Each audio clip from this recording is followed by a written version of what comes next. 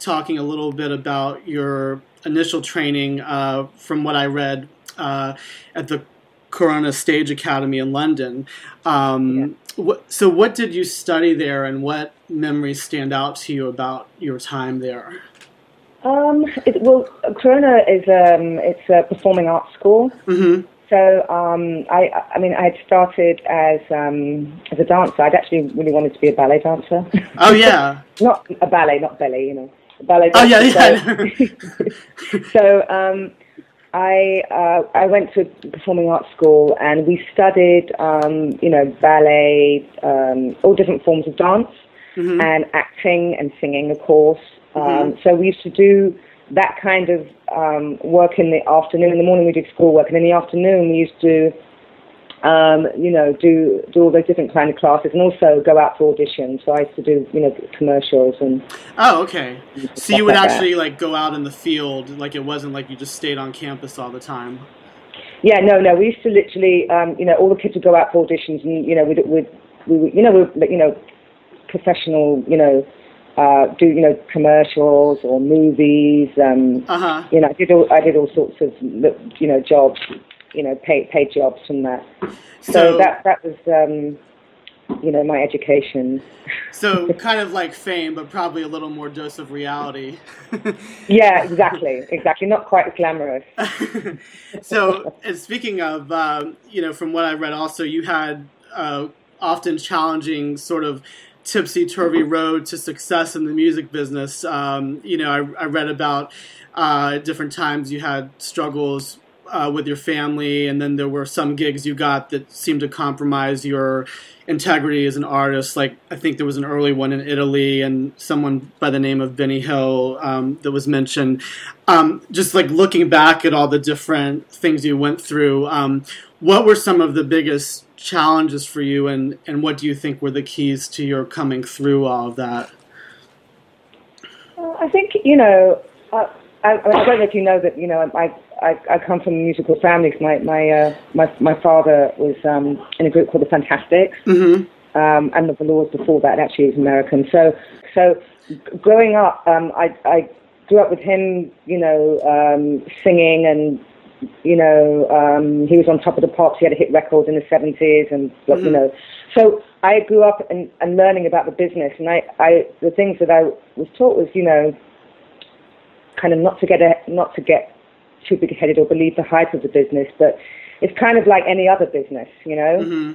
And not that, it's, and I think that everybody has obstacles and difficulties in life, in general. Mm-hmm. You know what I mean? Mm-hmm. So I think, I've learned from all the different experiences, and, this business is, there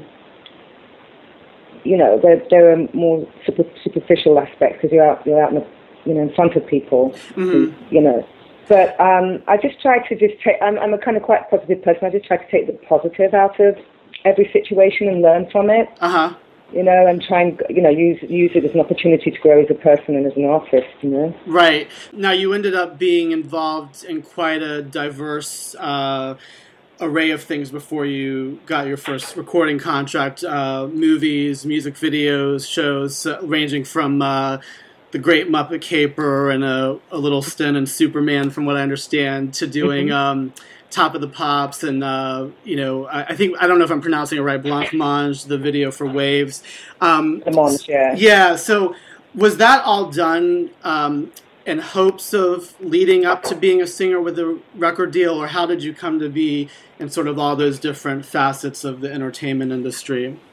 Well, the movies, like the Muppet movie Caper and Superman and like stuff like that, and modeling and that, came from school, from Corona. Okay. Those jobs I did, when I was a kid. When I was 16, I think my first job was then the Benny Hill show, uh-huh. in which I did not take off all my clothes. It's that scantily dressed thing, but I just did a couple of a couple of skits for that show. Uh-huh. And I primarily, when I got out of school, worked primarily as a dancer at first, and then I was in the West End, which is the UK's equivalent of Broadway, right? In an American show called Bubbling Brown Sugar. That was my first job when I was 16. Wow! Yeah. And so And that was incredible, you know. So it was actually, but basically an all-American cast. It was like Amy Stewart, Michael Brown. Yeah.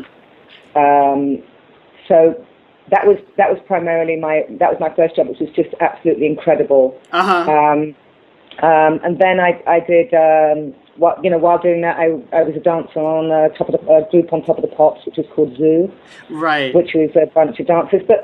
And around that time, so Bubbling Brown Sugar, I was singing and dancing and acting, doing everything. And around the time of Zoo, I started recording, you know, because I'd met a producer that was looking for a singer, so that's when I started recording, and that producer took those tapes to CBS.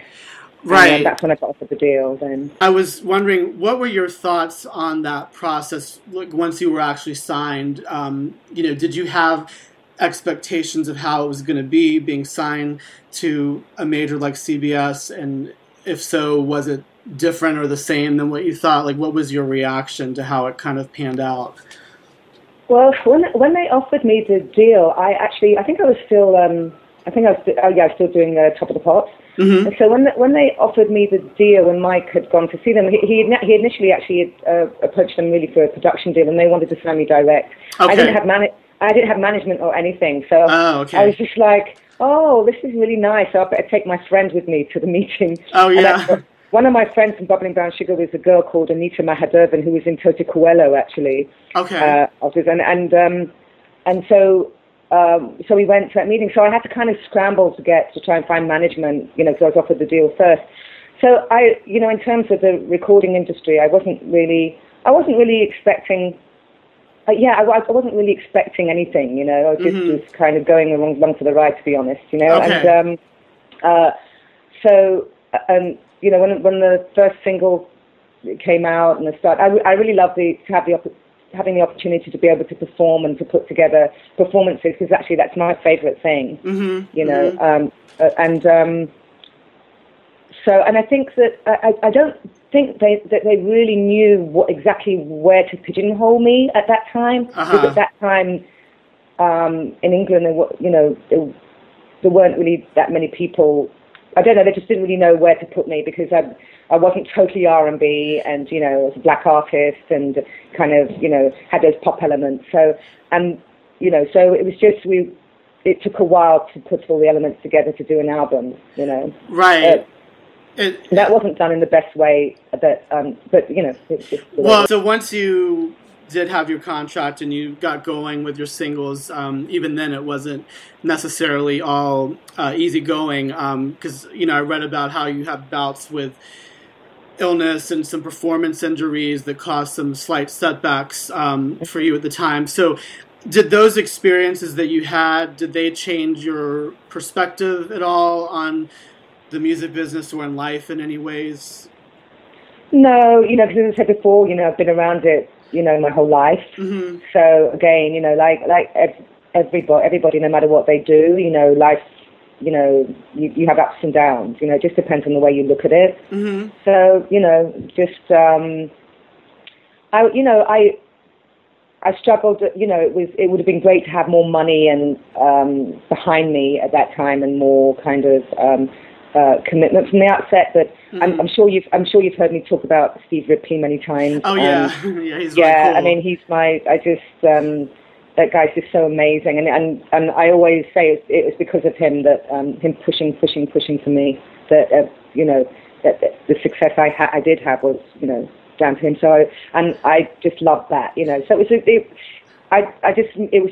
a great experience, and it was a joyful experience working with Steve, you know. Yeah, and one quote you had, which I really liked, was you said, I'm not a celebrity type person. I'm interested in singing and recording great music that I find from my heart and communicating that. And it seemed like that was maybe part of the reason, you know, how you ended up working with such a nicely varied group of writers and producers. Yeah. You know, even looking in those first few years, everyone from Stock Aitken Waterman to Nick Martinelli, Bruce Nazarian, George McFarlane.